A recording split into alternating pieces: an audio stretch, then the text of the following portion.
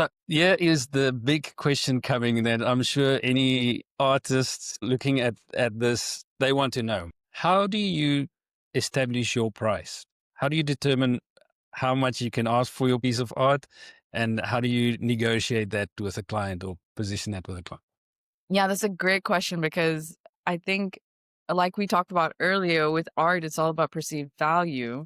And it's also a very personal thing because you are essentially selling yourself when you make art. And in my case, because I'm selling my story and it's like vulnerable elements of who I am, it makes it a bit difficult.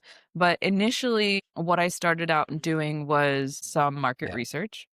I think it's always really good to start there and see what other artists in similar style of art are selling their paintings for, depending on maybe where they also are in their career. So it's kind of like a good Yeah. benchmark idea.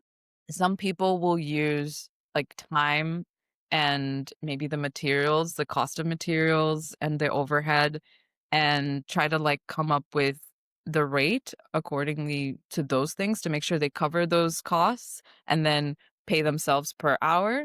I don't do it like that because I think over time, also when you become more of a professional, charging yourself by the hour doesn't really work because you also become more efficient and like how you use your time and your craft. So that didn't really work.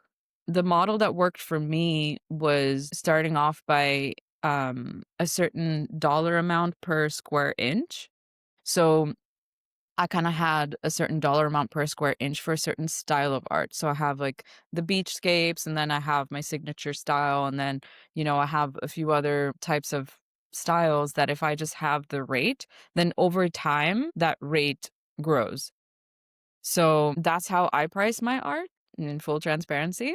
And yeah, I think that's kind of worked for me. But it started off at a certain dollar amount 3 years ago and it's slowly grown since. So like there's collections that I launched my first ever collection in Dubai in 2021 or 22, I believe.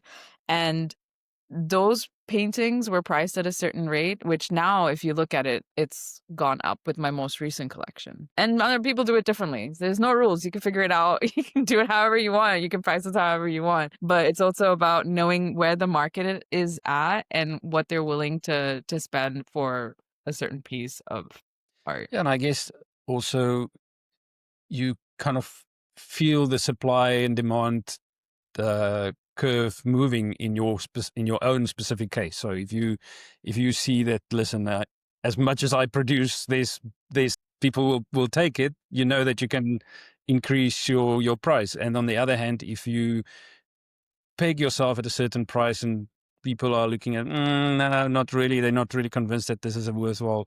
That you probably above the right price point for your art and where you are Yeah. at that stage.